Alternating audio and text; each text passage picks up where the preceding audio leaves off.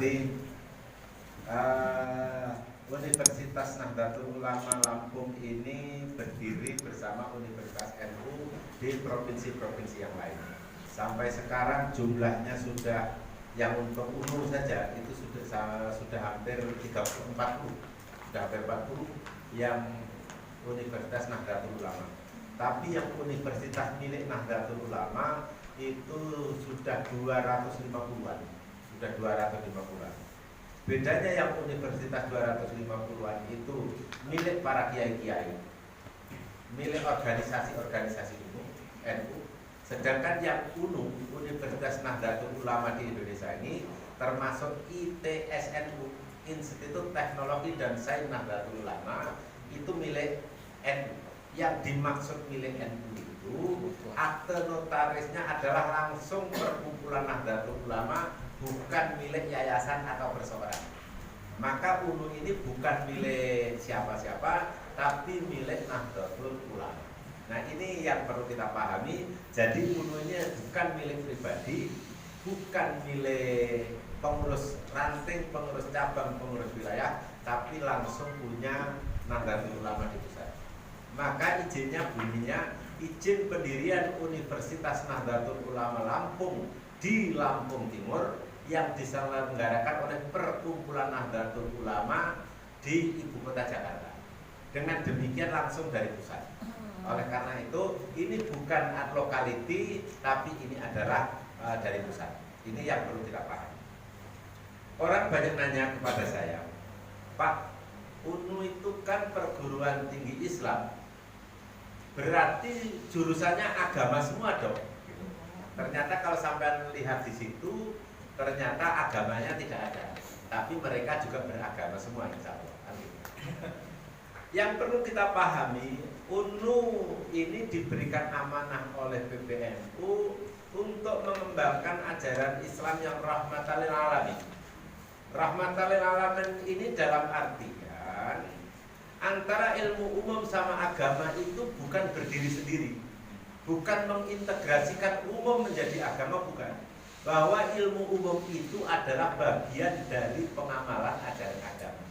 Jadi Islam itu berbicara masalah umum sama agama sama umum, tidak dia berdiri sendiri. Maka dari itu kita berpikir, kemarin kita punya bupati Mbak Nuni yang sekarang jadi wagub, itu beliau jadi bupati di Lampung Timur, tapi nyari kepala dinas yang alumni NU bidang pertanian, yang alumni NU bidang peternakan, bidang kesehatan, itu ternyata semuanya itu MAG, magister agak gimana gitu.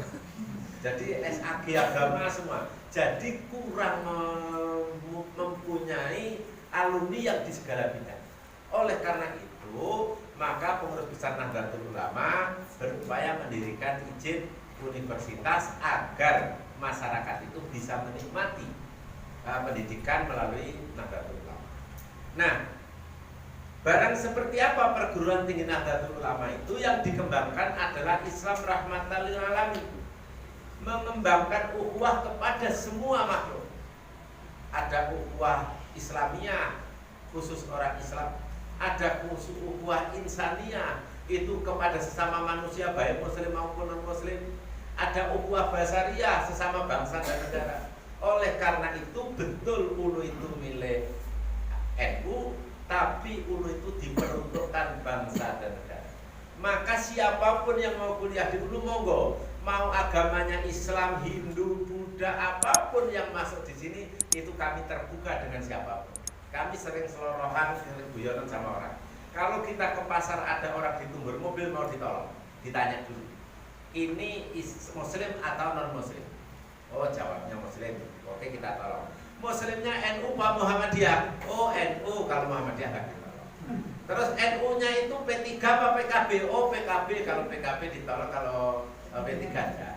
PKB-nya itu kelompok ini, Muhaimin apa kelompoknya ini? Akhirnya nggak jadi ditolong, itu orang itu mati.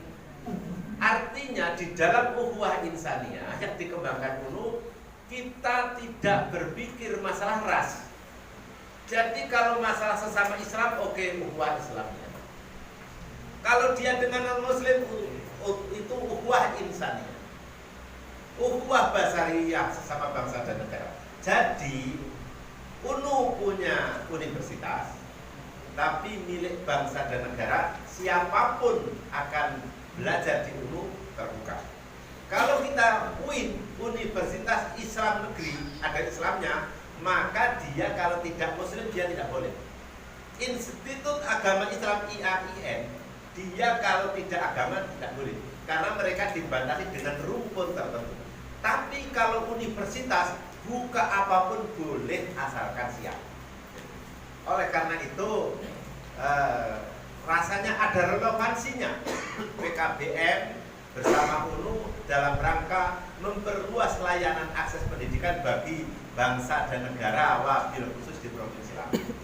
Jadi tidak ada hambatan, tidak halangan, tidak ada benturan kalau bekerja sama dengan Universitas Nahdlatul Ulama Lampung. Ini pahlawan-pahlawan yang sangat terdepan. Bagaimana orang yang tidak punya kesempatan sekolah bisa menjadi sekolah, yang nggak formal, non formal pun juga bisa dijalankan. Dan sekarang ini mungkin PKBM ini juga bisa membuka vokasi-vokasi, karena sekarang di Dikbud itu sudah dibuat 3 sistem penyelenggaraan pendidikan. Pendidikan non formal, SD, SMP, SMA itu ada di wilayah Dinas. Kalau kemarin PMS disendirikan, sekarang sudah disatukan. Yang kedua, SMK itu akan dibuat kurikulumnya 4-5 tahun, ditambah S1, S2, S3 ilmu terapan, itu perizinannya di bawah Dirjen Vokasi. Maka SMA sama SMK itu direktoratnya sudah beda, itu Dirjen Vokasi. Terus yang seperti akademik seperti universitas ini di bawah Direktorat Pendidikan Tinggi. Jadi ada 3 direktorat yang menyelenggarakan pendidikan. Oleh karena itu mungkin PKBM, DPD ini kalau akan membuka program vokasi itu masih sangat terbuka, regulasinya barusan muncul.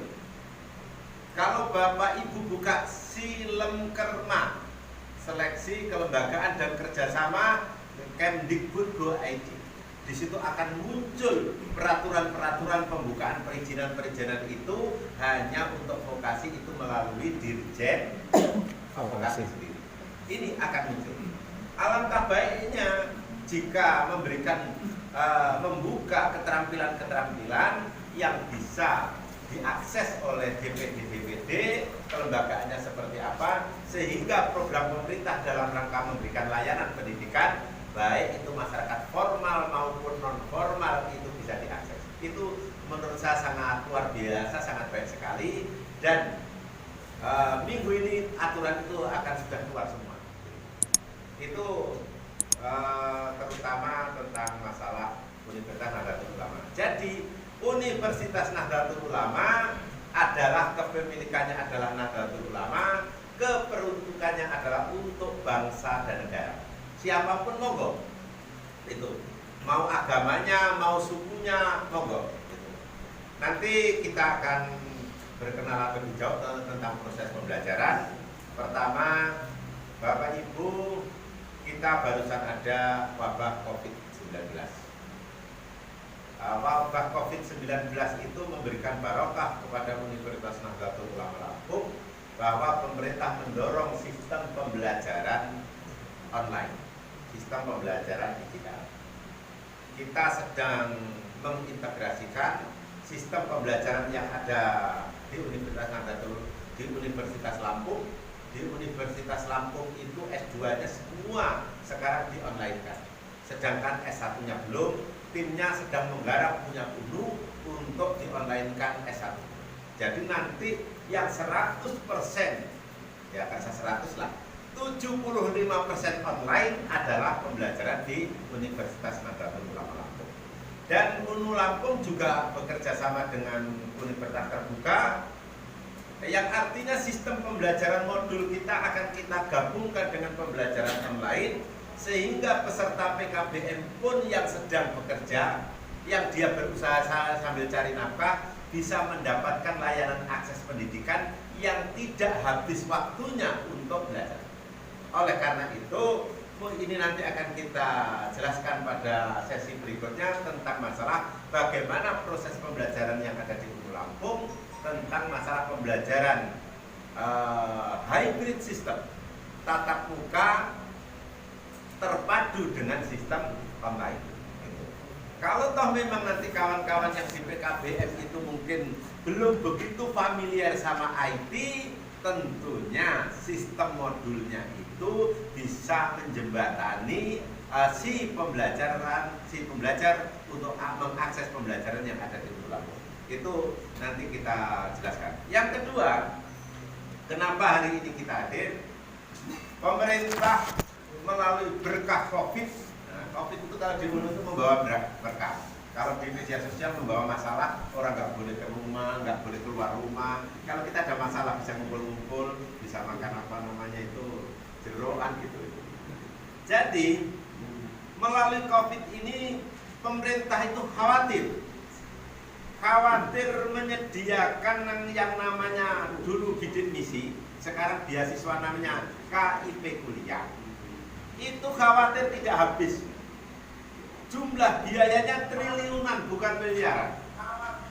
Nah, oleh karena itu nanti akan kita sampaikan bagaimana sistem mengakses beasiswa itu. Nah, tentunya kawan-kawan yang peserta pembelajar yang dapat layanan dana dari dinas sosial, apakah KIP, apakah PKH dan lain-lain, apakah dari dinas, itu pada bertanya bagaimana meneruskannya yang ingin studi lanjut. Ternyata studi lanjut bagaimana supaya dapat bantuan dinas sosial, karena Pemda ternyata hanya memberikan bantuan dari dinas sosial itu hanya sampai SLTA. Setelah tamat dia mau kemana? Itu banyak pertanyaan kepada kami, sehingga kita akan mencarikan solusi bagaimana pembelajaran melalui universitas yang itu bisa mengakses dana dari pemerintah. Sehingga rasanya hari ini saya akan menyampaikan masalah KIP kuliah Indonesia Pintar yang bidik misi mulai tahun ini istilah itu dibuang. Itu tidak ada bidik misi lagi, namanya KIP kuliah. Dan bagaimana nanti peserta yang sekitar berapa tadi, 17-an ribu tadi, yang dia tidak bisa mendapatkan KIP kuliah karena administratif, tapi bagaimana kita bisa memberikan layanan pembelajaran yang terjangkau, yang sesuai dengan kondisi. Jadi banyak skema-skema, nanti setelah istirahat siang kita jelaskan. Maka jika UNU itu cocok untuk memberikan layanan kepada masyarakat, monggo nanti disampaikan kepada konstituen kita di mana supaya kita lebih bermanfaat. Kami melihat kehadiran PKBM ini berjuang dari mulai masyarakat yang buta huruf bagaimana supaya bisa membaca, bagaimana masyarakat yang sekolah bagaimana punya keterampilan bisa bekerja, bahkan yang PKBM di pondok-pondok pesantren bagaimana masyarakat nitipkan santrinya. Kalau dia tidak bisa bayar sama bapaknya nggak dikirimin biaya hidup dan lain-lain, di situ dikasih keterampilan kerja sehingga sampai itu. Nah, sudah mereka sekolah, biaya hidup bisa tercukupi, bagaimana mereka bisa kuliah. Ternyata kami akan menyambut keterbatasan secara ekonomi masyarakat kita supaya bisa masuk. Hari Senin besok, mulai besok saya diperintahkan sama Dikti melalui sistem, ternyata yang belum dapat bantuan semester 3, 5, dan 7 disuruh mendaftar. Saya sistemnya belum baca, tapi perintahnya sudah ada. Nah, artinya jika terpaksa tidak dapat beasiswa, tentunya masih banyak skema-skema lain untuk memberikan keringanan. Mungkin cocok di sini namanya forum komunikasi. Jadi kita berkewajiban memberikan komunikasi semua yang akan diberikan oleh pemerintah. Untuk Bapak, Ibu, dan saudara-saudara dari PKBM, jika akan menggunakan fasilitas yang ada di UNU Lampung, kami terbuka. Monggo digunakan tempat ini, kita komunikasikan dengan staf kita bagian sarana, silahkan di sini. Insya Allah kalau hanya Aqua aja di sini ada, mungkin ada temannya ya, tidak hanya Aqua. Silakan, selamat datang di Ulu Lampung. Ulu Lampung adalah milik kita bersama, bukan milik golongan tertentu, meskipun pemiliknya adalah Nahdlatul Ulama. Ini gambaran tentang ini. Pada sesi kedua nanti kami akan kupas tentang masalah bagaimana sistem penerimaan mahasiswanya, bagaimana sistem pembiayaan kuliahnya, dan bagaimana masyarakat yang ekonomi kurang cukup. Kalau ngomong miskin kok nggak ada. Kami mengatakan miskin, ada sangat miskin, ada prasejahtera. Kami golongkan itu. Karena tahun ini aja mahasiswa yang akan menyelesaikan studi kita kasih potongan biaya, kita sediakan sampai 1.176 juta. Itu untuk memberikan keringanan bagi masyarakat yang memang tak lihat utangnya numpuk banyak sekali ya, gitu. Ya kalau sudah diikhlaskan kan kayak orang mati aja, sudah diikhlaskan kan tidak mampu lah. Jangan-jangan ini nanti DPD-nya pada kuliah kalau saya buka S2. Amin. Itulah gambaran program studinya ada di situ. Nanti selanjutnya monggo setelah pertemuan ini kita isoma, makan siang, habis itu kita lanjutkan mau sampai jam 12 malam sampai nginep di sini juga tidak masalah. Kita terbuka, insya Allah enggak kita kunci, untuk Bapak Ibu semuanya kita open untuk ada di Ulu Lampung. Itulah yang saya sampaikan. Selamat datang di Universitas Nahdlatul Ulama Lampung. Kalau staf-staf saya kurang ramah karena belum kenal, nggak tahu, ya sampai aja yang meramai itu biasanya kan tuan rumahnya harus ramah duluan. Kalau dia nggak ramah ya kita aja yang ramah. Kalau disenyumin mereka juga nggak mau senyum, ya kita jadi ya sudahlah, dialihkan konsentrasinya gitu. Namanya masih muda-muda semua, masih pembentukan, tapi kita terbuka untuk siapapun.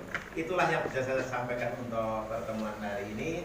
Nanti sesi berikutnya setelah acara forum komunikasi ini sudah melakukan rapat koordinasinya, nanti kita akan saya sampaikan tentang masalah program-program yang ada di Ulu Lampung. Sekian, terima kasih.